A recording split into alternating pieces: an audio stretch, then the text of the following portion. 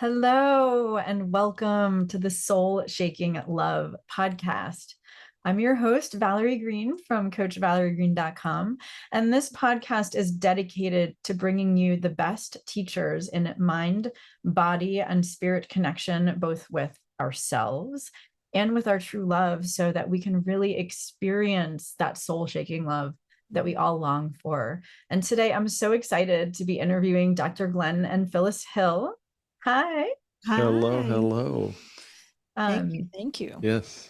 I know, and we were chatting before this interview, and they're just so obviously emotionally connected. They go back and forth with witty banter, and it's actually really entertaining. Now, of course, I'm setting them up, but right. But that takes work, in my opinion, but it's not hard work. It's easy, but it's not simple. I mean, it's simple, but it takes presence, is what I noticed. And so that's what they're here to teach us about, is why emotional connection is the missing link to dynamic sex. And they're going to be teaching their 4-minute tool that brings emotional and sexual connection to your relationship. And you know, even if you're not really used to feeling strong emotions, 4 minutes sounds like the perfect bite-sized piece to see if we can really experience more of that full body, full heart, full being connection with our partner. So I'm so excited to find out about their tool. Wow. Well, thank you so much, Valerie. And, you know, if you're listening and you're wondering, oh my word, they've already got it all together, let us just tell you that is not where we started. And we have been married 41 years today. This is our anniversary. Happy anniversary. Thanks, I baby. know. I'm just honored that you're here on my show on your anniversary. That's just so thrilling. Yes. Well, if we could, we'd be right there in New York with you. That would be a really fun way to celebrate the day. But come visit some other time. I know. We were just there in December and went to the Met. Loved it so much. So yeah, we always love our trips to New York. But we didn't start off. We thought we were starting off with all the right tools and all the right ingredients to have a great marriage. And pretty quickly we realized that our biggest trigger was sex, and that there was some real misses there from the very beginning. And so over the first, many years, we were like, okay, if we could just get that like if we could just pour into that, we're going to be great, because that's really the only thing we thought disconnected us. And then as we got that down really well, we realized there was still something missing, something bigger missing that we just didn't understand. And we were still having lots of conflict. So it was like, wait a minute, now we've got the great sex, but we have still a lot of conflict. And sadly, that took us a minute to actually get to that place where we realized that there was an emotional ingredient that was missing in a big way. And before we got to that place, we thought it was all logistical. Like if you get this perfect logistical life worked out with your partner, you're going to do great. And we learned by trial and error that we see the world really differently, and we experience the world really differently. And for us, there was a moment in time that we still talk about, and it was over a dishwasher. So we love starting with this story because it's so relatable. That it was one of those days I walked into the kitchen and I thought I was about to load or unload the dishwasher, and I opened the dishwasher. Well, it was empty. And so I knew that Glenn had unloaded it. And I said to him, "Oh, babe, thank you for unloading the dishwasher." And I was expecting, in my mind, a response of "you're welcome," but I did not get that response. I got a what I call snarky response where he said, "Well, that's not like the only thing I've done today." And actually, in all truth, that was his normal response. And I didn't understand that. I thought he should just say "you're welcome." And so we would then, disconnect, fight. I would either say, roll my eyes, turn around, or I'd be like, "What's your problem?" And, or "Why can't you just say you're welcome?" But this particular day, now we're probably 20 years into our marriage at this point, sadly to say, because we'd had that encounter so many times. this particular day, when I said, thanks for unloading the dishwasher, and he said, it was not like the only thing I've done today, I slowed us down and I looked at him and I said, what happens for you when I say, thank you for unloading the dishwasher? Yeah. Wow. And what we had missed so terribly, and again, understand this was not one time, 5 times, 20, 50. This was literally hundreds and hundreds of times where we had these tense, weird, awkward, painful, wounding interactions. And what we missed so badly is I happen to be partnered with one of the most productive people on the planet who happens to be partnered with one of the lesser productive people on the planet. I'm a lot of fun to have around, but I do struggle getting stuff done. So when she would say, thanks for unloading the dishwasher, it sounded to me like she was making fun of me, like, well, it's a miracle that Glenn did something productive for a change, because she's so productive. She's perpetual motion. Right. So I would respond out of defense, and not because Phyllis was attacking. That's just what I was experiencing. And I always say I'm the educated one. Phyllis is the smart one. And every benchmark in our relationship has been something that she figured out. And in that moment, she just got curious. And again, understand we had done this hundreds and hundreds and hundreds of times, interactions like that. And whenever I responded the way that I did, she could have very easily said, you know what, you're an idiot. This is ridiculous. You're so stupid, and left the room. And she would have been correct. She would have been accurate in her assessment. Right. And instead, she slowed down and she said, what happens for you? Because it just made no sense to her. And again, having done this hundreds of times. And then she said, what do you hear me say whenever I say that? And I said, I hear you say what you said. And I didn't use the B word, but I thought it. And she said, yeah, but what's the message that you hear? And I then told her that, well, you're obviously making fun of me. You're obviously making like a big deal, like, whoa, it's amazing. Glenn did something useful for a change. Because he's usually so pitiful. He's usually so non-productive, so pathetic. Again, none of that had anything to do with Phyllis and what was happening with Phyllis. It was all about what was happening inside of me. So she slowed us down, and then she recognized that, oh, that's what happens for him. Again, we've been doing this for over 20 years, this kind of painful paper cut type interaction. And then she got it. That's the reason he doesn't say you're welcome. I mean, who would say you're welcome after they've been insulted profusely? Of course. And that was a big benchmark in our relationship, big turning point. Yeah. And for me, it was like, wow, he has a totally different experience in this moment than I do. Yeah. I thought in my way of looking at it, it was a simple interaction. It was a simple thank you. You just kind of respond with a you're welcome. Yeah. And for him, what he heard me was not what I was saying. He heard many, many other things being, he felt really criticized by me when I would say that. And the reason that was such a benchmark for us is because then it's like that light bulb went off that I realized this is not about the logistics. This is not about who unloaded the dishwasher or who didn't unload the dishwasher. This is about what his experience is in that moment.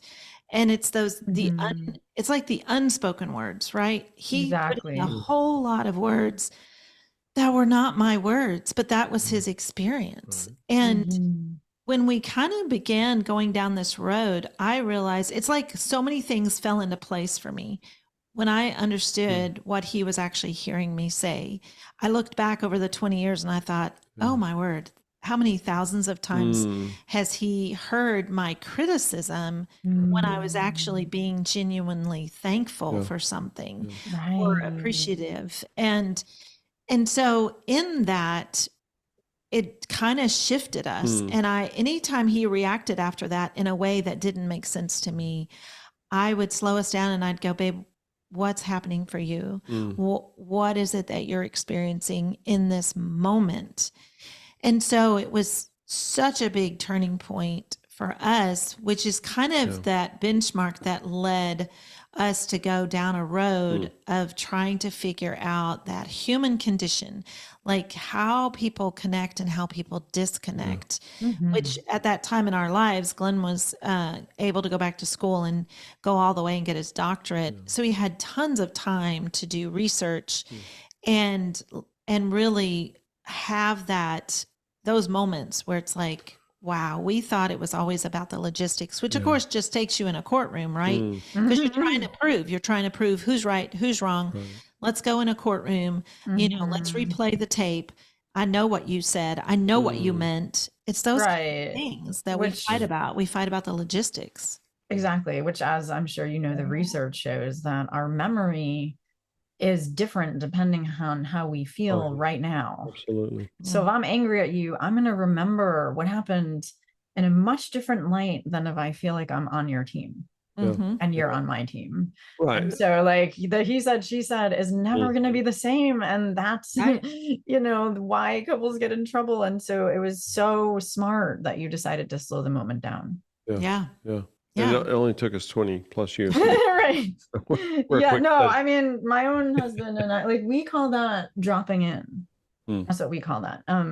Where I'm like, wait a minute. Okay, I know that you made up a story. I made up a story about what just happened. That's not true. We both did. Like, let's actually drop into our feelings. What am I feeling and needing? What are you feeling and needing? But that's not easy to do when the emotions are high. So right. And I would suggest, Valerie, and I think I get what you're saying, but it's not that I made up a story. I wasn't doing that on purpose. Phyllis was of course, mega totally not at fault with what she said. Oh, of course. But I would suggest that Glenn wasn't trying to be wounded in this. Glenn wasn't trying to feel pain. Glenn wasn't trying to feel shame in this. That's just what happened. It's actually brain chemistry, which we now know after a massive amount of research into it.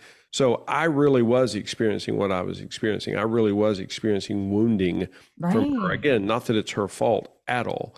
Totally. That really was happening for me. And we're able to see that now, that I can experience pain and wounding from Phyllis when she's actually doing something good, right, and correct, such as saying, thanks for unloading the dishwasher, when nobody would say that. Phyllis, I can't believe you would say that's so evil. Well, of course not. Nobody believes that. But I can experience what I experience in that moment. And the difference between Phyllis and Glenn now versus Phyllis and Glenn 30 years ago is I'm able to tell her in the moment what's happening for me, and we slow it down. And what stuns us is that this is actually, and the research bears this out, we virtually never have tense moments that last over 30 seconds. Wow. And I had no idea that was even possible. And 25 years ago, if you told me that, I probably would have punched you in the face or something. Because I thought that conflicts took 45 minutes to 3 days or 3 weeks. No, of course. I had no idea that they could take 30 seconds. Most people's experience is that if you drop into feelings, it's like dangerous territory, and it's just nebulous and it lasts forever. Right. And that's why people don't go there for the most part. But I really want to point out what you did really well there. Because I agree with you that it's not like we decide to make up a story. It just happens automatically, and we think it's real. And that's why we get caught in the cycle that, the attachment researchers talk about. And where the more one person acts on their story that they think is true, the more it triggers the other person to act on their negative story. And then you're just caught in the cycle until you slow down and get curious, which is what you both said so beautifully, that you decided to say, wait a minute, what happened for you when I said that? And that's the real magic question. Oh, yes. Yes, absolutely. It is. And that's really actually, we're the founders of the connection codes. And that is what that's all about, is these types of tools that are so simple, but it's like, wow, you mean that simple phrase of what's happening for you. And I think in most relationships, we tend to ask why. Right. Like, why are you acting that way? Why did you say that? Why did you do that? Why do you act that way? Why do you believe that? Why do you think like that? And that simply puts the other person on the defense. Right. I feel like they have to prove that they are right in what they just did. Right. And so you don't even get the response. Like, you just, before you know it, you're just in a fight. And all you did was like, I just asked why. Right. And I actually really want to talk more about that, because my husband and I get caught in that sometimes. And I completely agree that I think when I'm saying, why did you do that? Even if I am authentically curious and say it with that tone of voice, I'm curious, why did you do that? Oh, absolutely. I think I'm just being curious. And that if he tells me why, then I'll feel better because I get the clarity that I need. Mhm. That's really what I honestly think is happening. I don't realize that I have an unconscious agenda in that moment. To the reason that I'm asking him why is because I actually want something different to happen. I'm actually trying to make a request, but I don't know that. So when I'm like, why did you do that? And he explains why, I get triggered because that wasn't what I was looking for. Like, I'm like, oh, why did you unload the dishwasher that way? We'll make it about the dishwasher, right? And he's like, oh, because this study says that that's better to do. Is that going to make me feel better? No, because that wasn't what I was asking. I was actually wanting to know, hey, I'm confused as to why we did it that way because I'm used to doing it this way. And it actually makes me feel anxious when I don't know. And that anxiety is going to come out in my voice and you're going to think that I'm making you wrong. And then we're going to argue whether, rather than me just sharing my feelings and needs, hey, I feel really confused and I feel really anxious because I'm used to things being done a certain way. Yeah. Well, so if you tell me, then I'll feel better. Then I'm dropping into my feelings. Then I'm not like, why'd you do that? Then he's going to answer and in a defensive way, and we'll be arguing versus me sharing my feelings. Yeah. And you're just a classic case study, as we all are, because that's what we saw with the research, that when people ask why, they virtually never connect. They don't always disconnect, but they virtually never connect. And so, and I remember doing this research, and Phyllis was running a company at the time. And so she's half paying attention to, you know, someone, because I jibber jabber all the time. But I remember coming home one day, babe, and saying, babe, I think I found it. I think I found what causes people to disconnect. And she's, again, as I said earlier, I'm the educated one. She's a smart one. And once we talked about that, she said, well, wait, if that's what causes people to disconnect, what if you reverse it? Is that what causes people to connect? And as usual, she was correct about that. And then we began seeing that, okay, if someone will add, then we started doing the research on the phrase, what happens? And what we found was people never disconnected. They didn't always connect, but there were lots of neutrals, but no one ever disconnected from someone saying, so help me get that. What happens for you there? Because it's a curiosity stance. It's not and we say that why indicts, what happens invites. Why is an accusation, what happens is an invitation. And you're just inviting the person into themselves, into their own experience, and then you're safe and present for them, and that leads to connection. And the reality is that a lot of times people don't know why. They can't even answer the question. That's the great miss of Freud, is he thought that if you answer the question why, you've solved the problem. Not really. One, people don't know why. And number two, even if they tell you why, it may not make any sense to you, because you don't experience it the same way that they do. Whereas most people, what happens, you get it, that's just what happens for them. It's different than what I experience, but that is what happens for them. It's just brain chemistry. Right. And, you know, it's you kind of jumped ahead with saying, actually, we should just say what's happening for us first, which is kind of that also, if you slow down yourself and you go, okay, he just unloaded the dishwasher in a different way than you were expecting or hoping. So you start tuning into yourself and you're like, oh, I'm feeling anxious. And so then if you come into the conversation actually expressing, you know, I feel some pain over this situation. I feel some fear that, you know, this is done in a way that's I'm going to be like in pain over it the whole time now until I load the dishwasher again and do it right, or do everything different than the way you did it. And so often when you come into the situation being really transparent and vulnerable, then again, he's not feeling attacked because you're not saying, why did you do it this way? Yeah. You're coming in going, pain, sad. And he's tuning in then.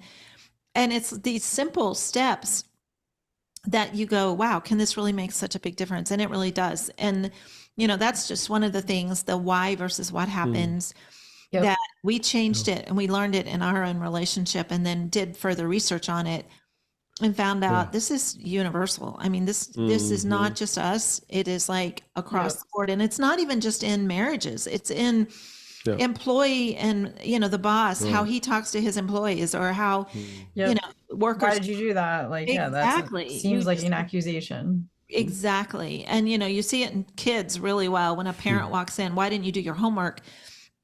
the kid immediately feels that he has to justify or he's in trouble, or, you know, he, instead of walking in and going, hey buddy, what's happening? How's homework going? It's a different response. It's like they Of feel course. that you're a part of their team and that you want to know what's happening for them. And so that is one of the tools that we talk about. And, you know, I know all of this does take us back into the intimate relationship, right? As far as, just like when you go back to the dishwasher story for us. So I thank him, which I think is kindness. He responds with a snarky, well, that's not the only thing I've done today.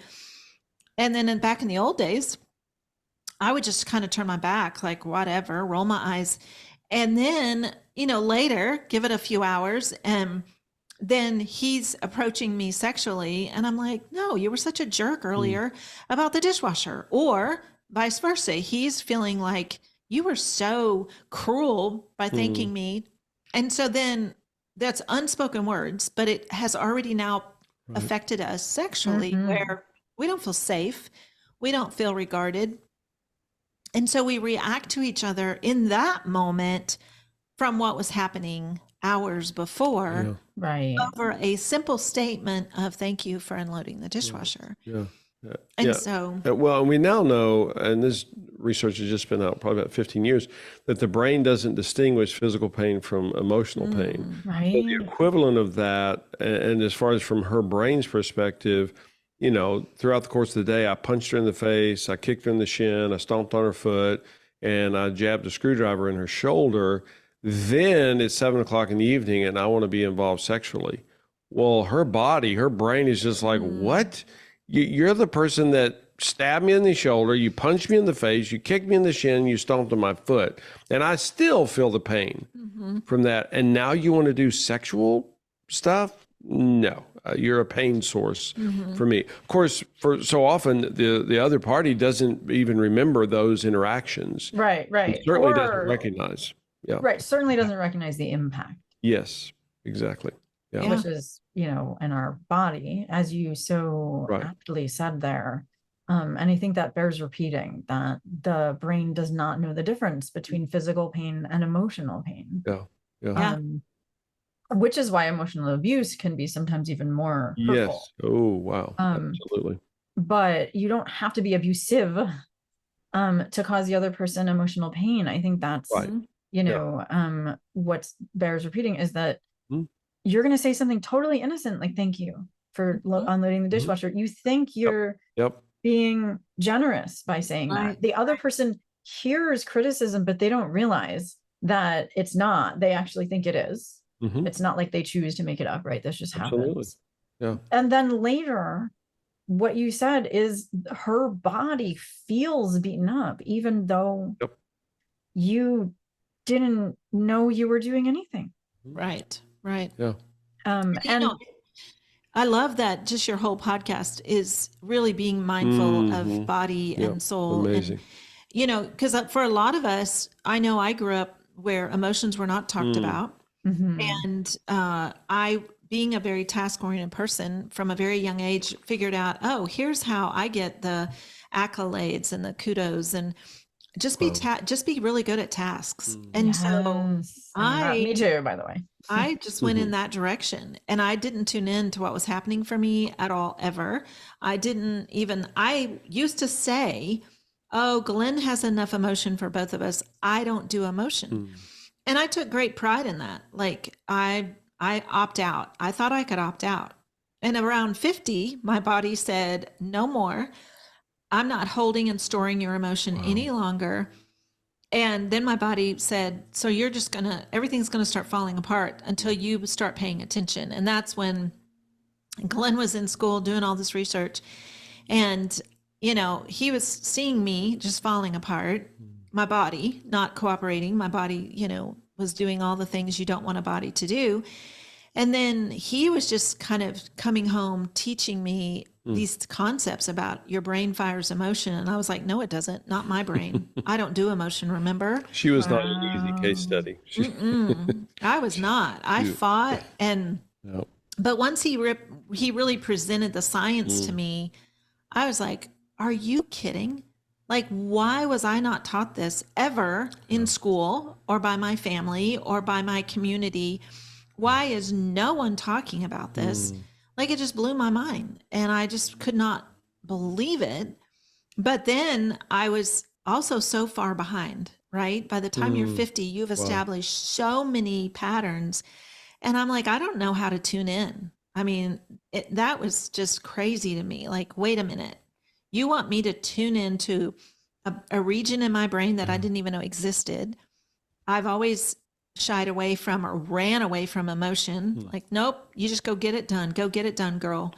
And so now I'm supposed to sit in it. I'm supposed to tune in. I'm supposed to talk about it. That was all so overwhelming. And you mentioned the 4-minute tool, which we call the core emotion wheel, which largely Glenn designed to help me, 10 years ago, because I was just like, okay, wow. I mean, I felt like I was back in like kindergarten. I could not believe how much I had resisted my whole life emotion and thought that I was, on the outside, I was super successful. I ran a really successful company.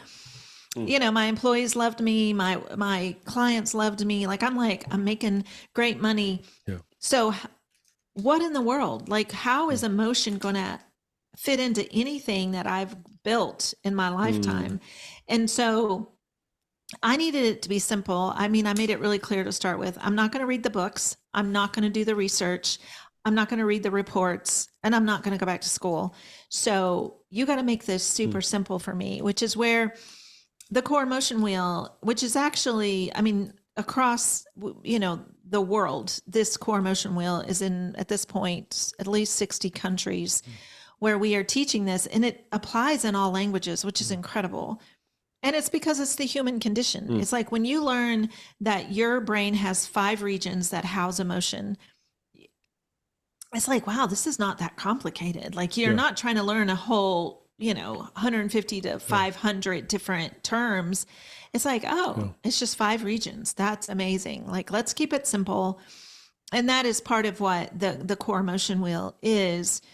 Can you explain the dividing it? Because it's 5 regions that have been divided into 8. Yeah. And again, part of my research, because I was just trying to figure this out. I mean, I had a ton of education at that point. I'm like, we still don't know. I mean, we have all these theories and ideas, but we're missing on it. And the research actually at that point was showing that marriage therapy isn't really that helpful. And in a tremendous percentage of the time, it's actually detrimental. So I thought, well, this doesn't make any sense. This is bizarre. So I just started basically a scratch sheet of paper, just figuring this out. So then realizing that humans connect through emotions, not through logistics. And so then studying emotion, realizing, as Phyllis said, the 5 regions, we divide 2 of the regions. The 5 regions are anger, disgust, pain, pleasure, and fear. And we divide disgust into shame and guilt. We divide pain, emotional pain, into hurt, sad, and lonely, because they appear so different on the brain scan. So we have 8 core emotions, and to realize this is the human condition. There are no exceptions to this. Yeah, it's all around the world, every culture, every language, every group. And that got so exciting to realize, okay, now, like you said, it's the universal language. We all have this. And then as I began researching it more and more, whenever I convey a core emotion to my partner, it activates the matching core emotion in her brain.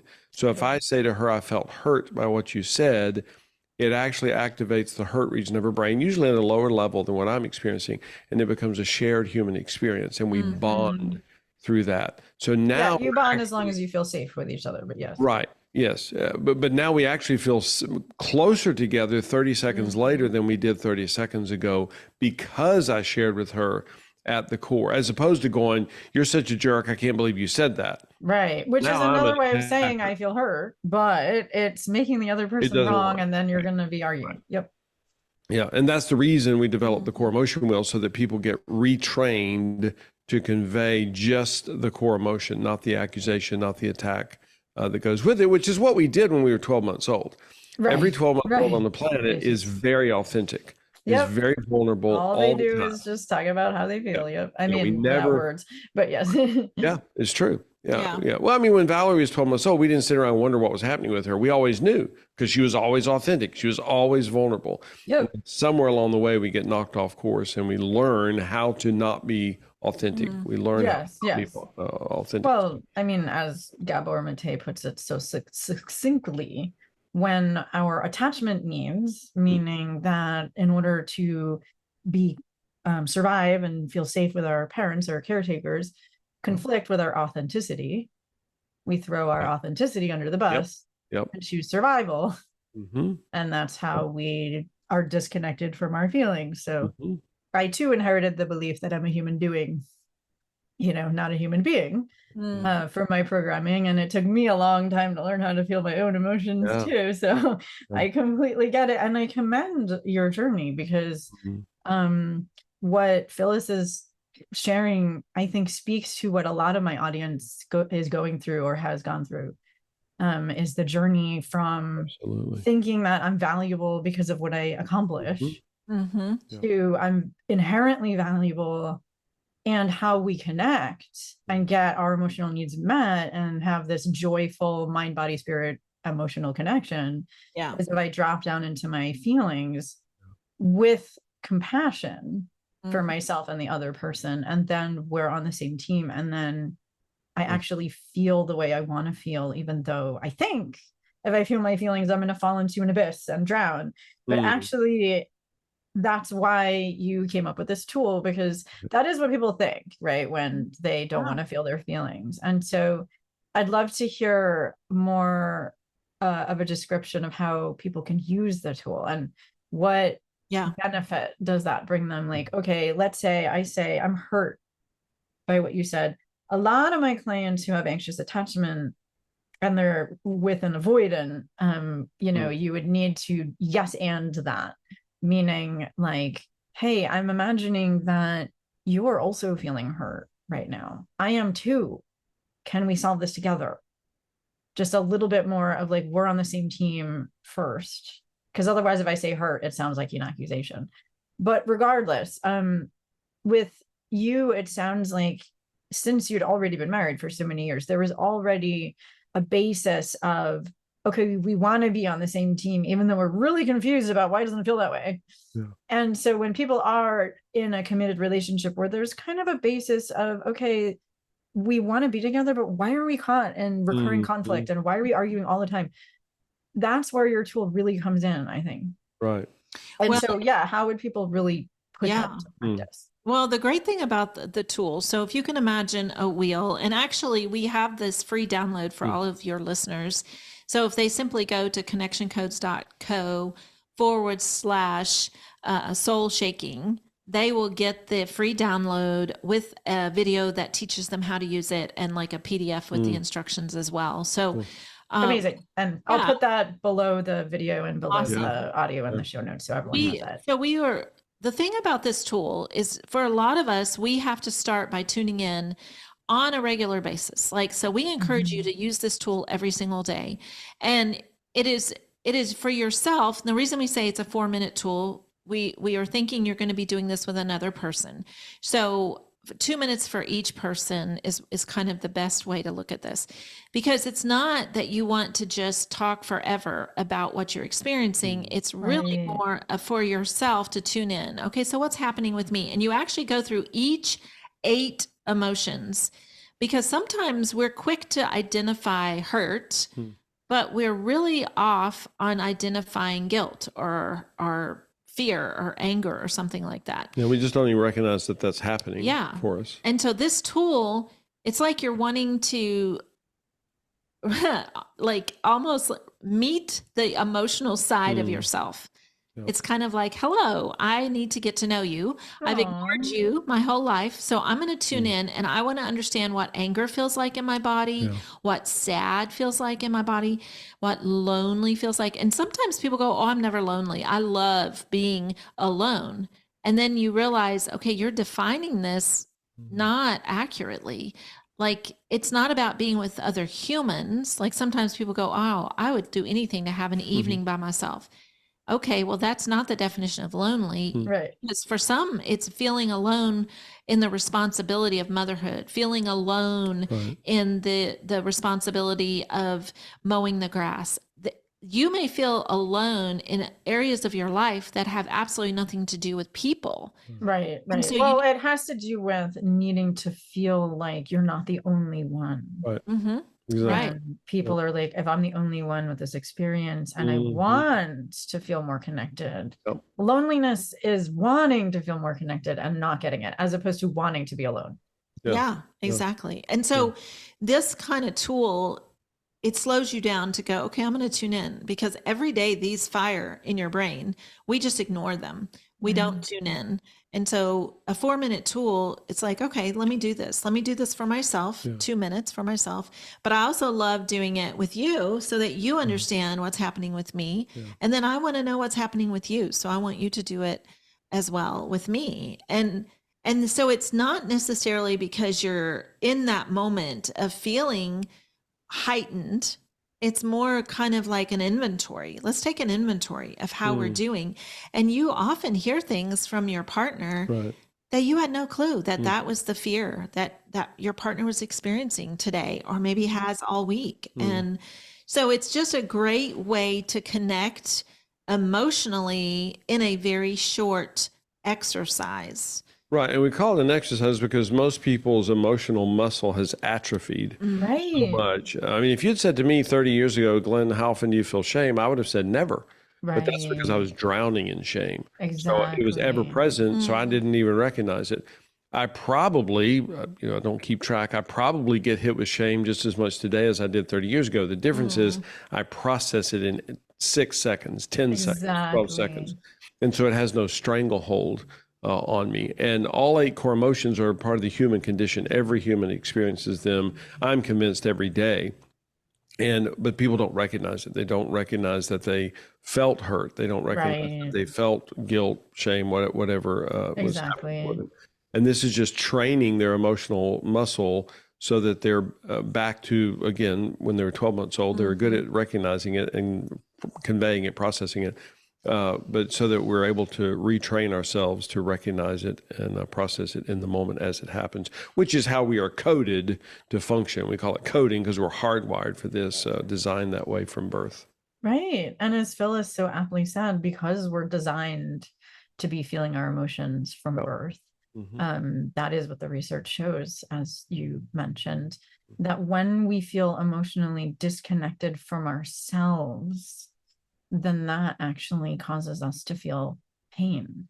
And if we're not acknowledging that emotional pain, then that turns into chronic physical pain. Wow. And that is what the Now you're research talking shows. fancy stuff there. It's true. Absolutely. Yeah. And so, I mean, I'm currently on my own journey to heal chronic pain because of my own life story of emotional repression. So I know that quite well. And so it's not that there's anything wrong. We're taught that if there's pain, that there's something wrong. And obviously there's a lot medically wrong that we can notice and get help for, right? Like that's, I love the medical establishment for healing physical imbalances, and I'm not against that. However, if the pain is originating from emotional pain, and there's nothing wrong with us physically, then this tool that you're talking about is a way to reconnect to ourselves. And it sounds like what you're saying is that when you use the tool, that you're bringing an attitude of interested curiosity and compassion for whatever you discover. And that's what brings the connection. Because we can say, I feel hurt. And then, if we're still overcoming codependence, for example, which is like, no, I can't have you feel hurt. I need you to feel better. So I feel better. Right. Like, then that's a different attitude. So tell me more about the attitude that is effective with the practice. Well, that's what we call the 3 phrases, which are, ooh, what's happening? I missed it. So if Phyllis comes to me and says, I felt hurt by what you said, And as a side note, first of all, I recognize that she's not trying to feel hurt. That's just brain chemistry. It literally is what's firing in her brain. She didn't vote for it, volunteer for it, sign up. She didn't decide to feel hurt. She just feels hurt. But if she says that to me, I'm literally going to say the 3 phrases.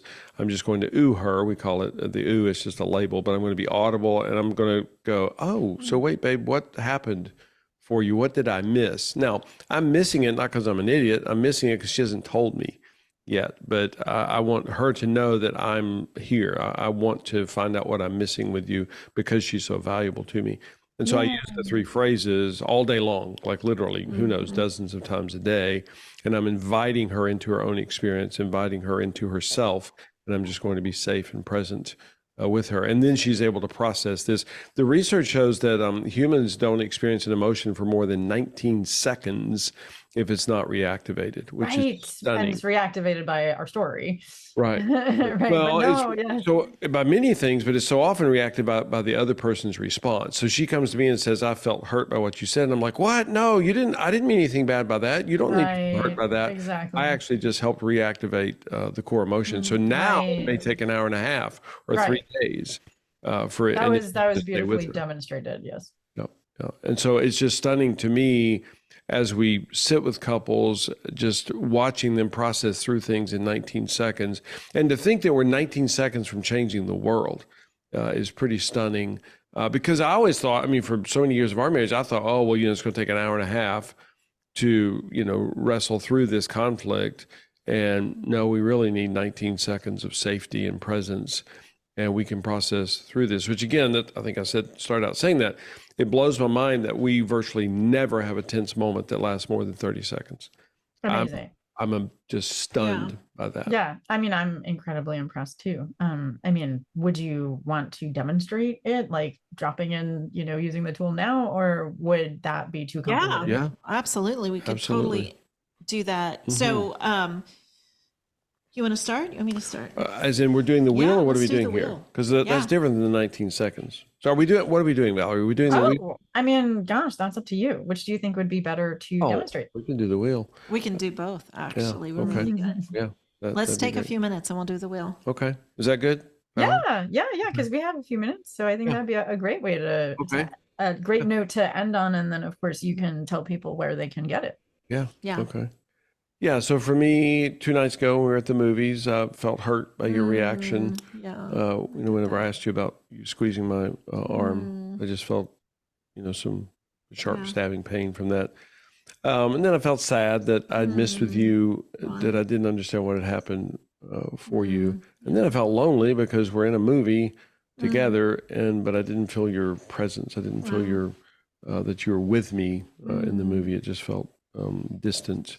In that moment, in that experience. Later, I felt some guilt because I'd missed with you, and we kind of were a little bit nebulous there for a bit, and I felt some guilt that I forgot the connection codes in that moment. And then I always get hit with shame anytime because we're the founders of the connection codes. Dang it! So how could we possibly forget? But we do. We're just like everybody else, just pilgrims on the journey.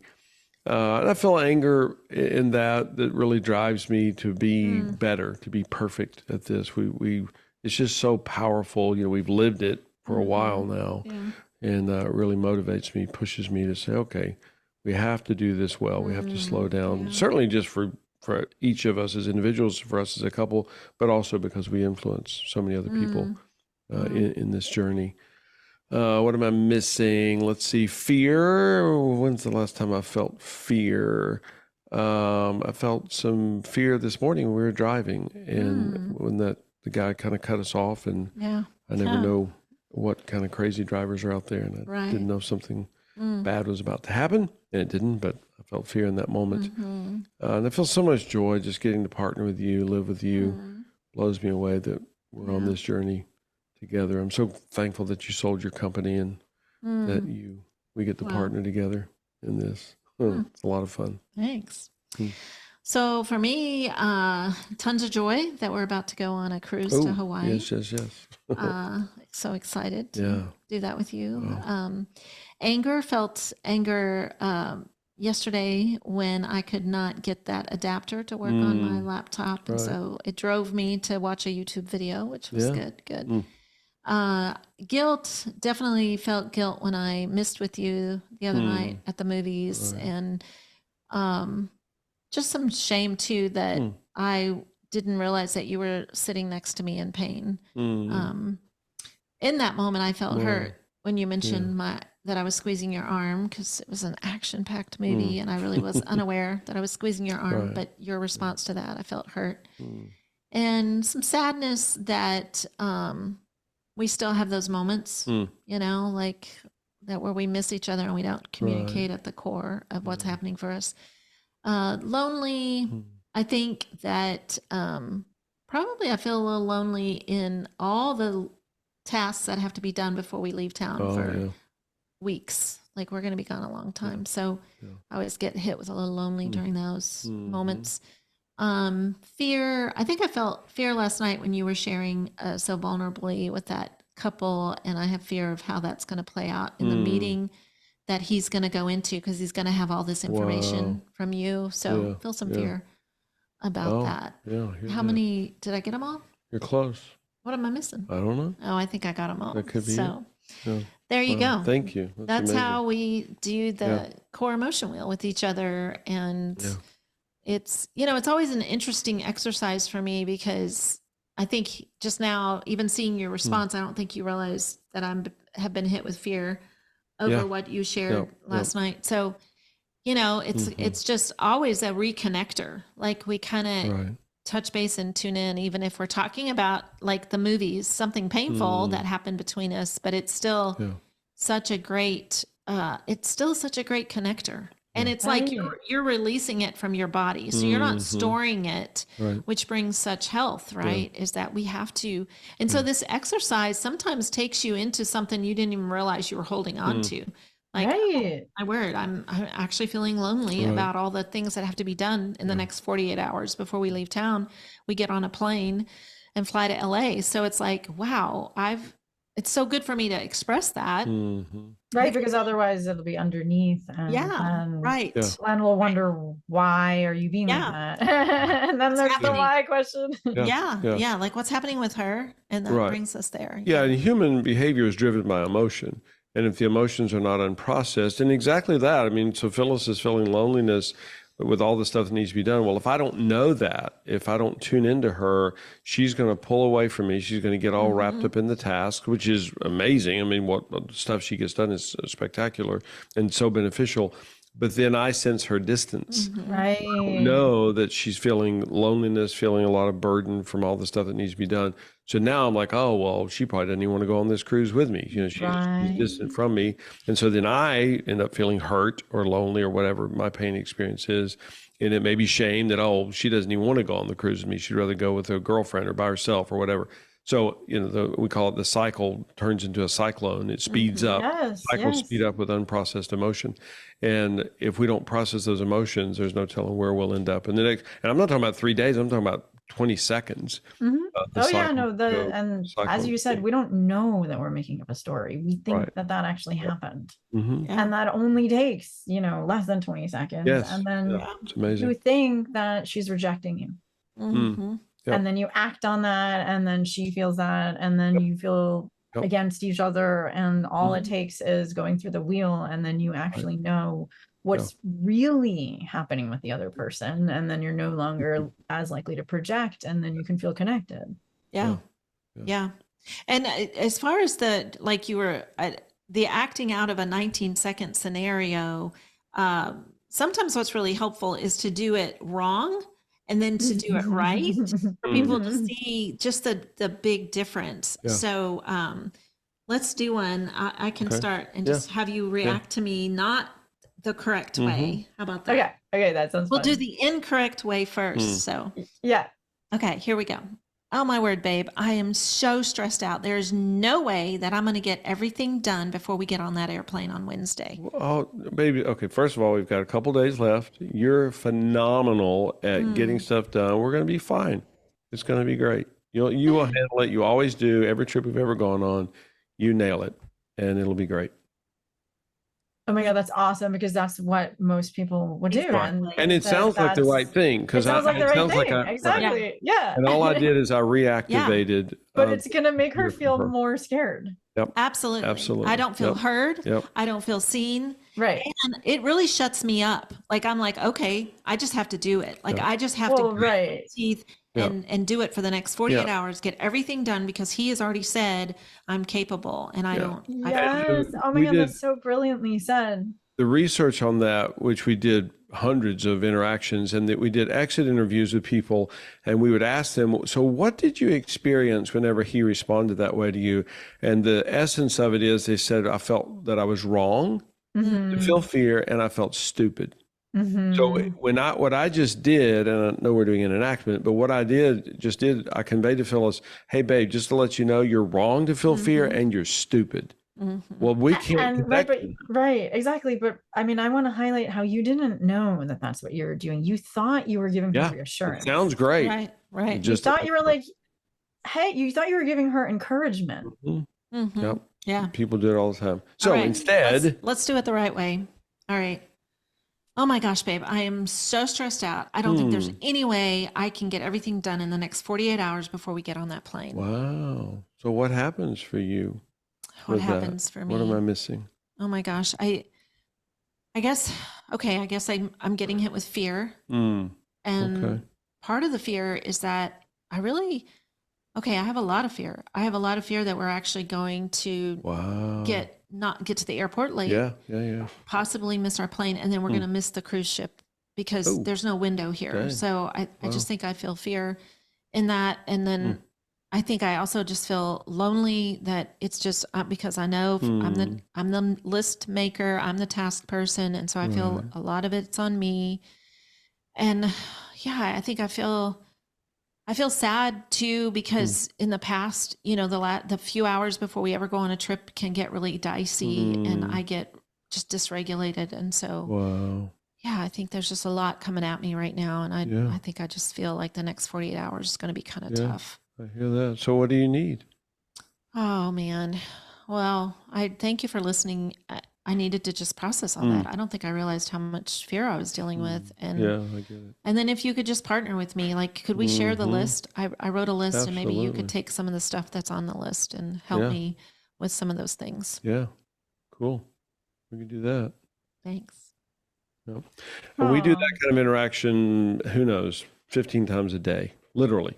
Amazing. It's just how we breathe. And we've been practicing this. We've been implementing it so long that now it's our go-to. It's our automatic. And it startles us that we can do that because we remember the pain.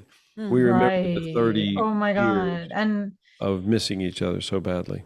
Yeah. I felt so heard. So it's really interesting. We're doing this enactment, and yet both of them, I actually felt the emotion that I was sharing. I could feel you being real with each other, which I felt really touched watching. Cool. Because it demonstrates that it might not be easy without practice, but with practice, it can be easy to drop in and feel our own feelings with self-compassion, and then feel compassion for the other person.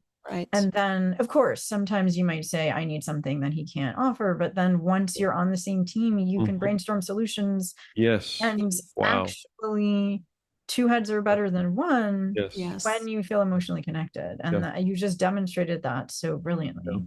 Yeah, well, what the research shows is that the limbic system, which is the central command center of emotion, engages before the cortexes do. And the cortexes are where thought, reason, the executive functions occur. When the limbic system is flooded, the cortexes either don't engage at all, or at least don't engage efficiently, effectively.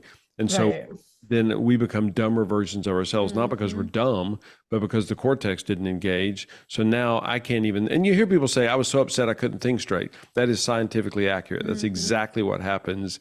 And then I can't even figure out the solution to the problem. But it's not because I'm an idiot. It's because my limbic system is flooded, because I'm a human. And that's a function.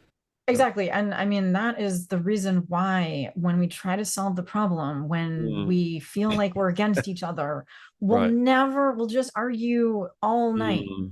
But if we drop in like this, like you demonstrated, and we feel like we're on the same team, then we can brainstorm solutions really quickly and Yep. we're not arguing and Yep. it feels Yeah. better. Wow. So, Amazing. today we just touched on a little bit, like I feel like it's the hem of the garment. And, of course, we would need many, many hours to really dive deep into Yes. all of this research and all the ways that, but we just wanted to give a little bit today in this segment of the tools that have been just researched to death. And we have a master class on all of this. We have a book on all this. We have a podcast on all this. We have a lot of free material if you go to the website. And for your listeners, we also want to give a 20% off. So if you get on our website and you're like, oh my word, I just want to dive in and I want to take their class and really learn all this, just use the code SHAKING20 and you'll get 20% off. But we really want you to have the free material. So just go to connectioncodes.co/soul shaking to get your free download.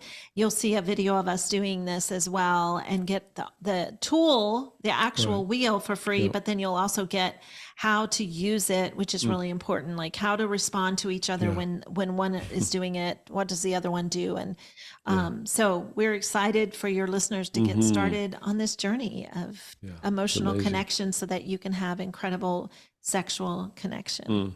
Exactly. I know. And I know that you didn't share a lot about why emotional connection is important for sexual connection, but I'm sure that most of our listeners get that like, if we feel hurt, and as you said, that manifests physically, we won't want to reveal our most intimate parts to each other. And so if you're emotionally connected, that's what leads to really passionate sex. And yes, we could do another interview just about that. But I think that what we're talking about is the emotion is the root. Of course, I can make all kinds of funny jokes about like, well, like the sex is the leaves, whereas the emotion is the root. But does that mean we're like dressing up like Adam and Eve with leaves? Anyway, funny note to end on. But I really do want you to, want everybody to benefit from these tools. And so I'll repeat the links again. It's connectioncodes.co/soul shaking, without the hyphen, because my podcast title has a hyphen, but just one word, soul shaking. And then that's where you can get that 4-minute tool, which is the connection wheel that they've just demonstrated. And I'm sure that then you talk about the course on the website, and then I'll put the code to get 20% off, because I really do love this work. I think that your work really aptly demonstrates and is so well researched as to what is the minimum backbone of emotional connection that you need to drop those negative stories that we don't realize we're making until we hear what's really going on for the other person, and then we feel connected. And so I think that I agree. When my husband and I do that, then we feel great. When we don't, then we're arguing. So I agree that this is the missing piece for many people. Well, thank you so much. And thank you to your listeners for giving us this time today, and really do want for people, they deserve this, right? This is information we all should have been receiving when we were little people, and got the opposite message. So not for any fault of our caretakers, right? Everyone did their best, and we live in a culture that represses emotions. And so each one of us has our own journey with that. That's right. Wow. And so and you two are very helpful resources. So I'm honored to be able to. I just feel really honored and touched and moved by the demonstration of how connected you both are, and how easy it is after so many years of practice and research and developing and practicing these tools, that you can be that vulnerable with each other in front of while you're being recorded, and really just drop in and be authentic for everybody to see. And that is inspiration for everybody. Thank you. Wow. Well, thank you, Valerie. It's been so fun being with you today. And likewise. And so, of course, if you like this video or audio, then please like it and subscribe and share it, because that's what gets the message out to more people. And I wish everybody a day filled with tons of emotional connection with yourself and with the other people in your lives, so that you feel that you have the wind on your back and you can fly and reach your potential.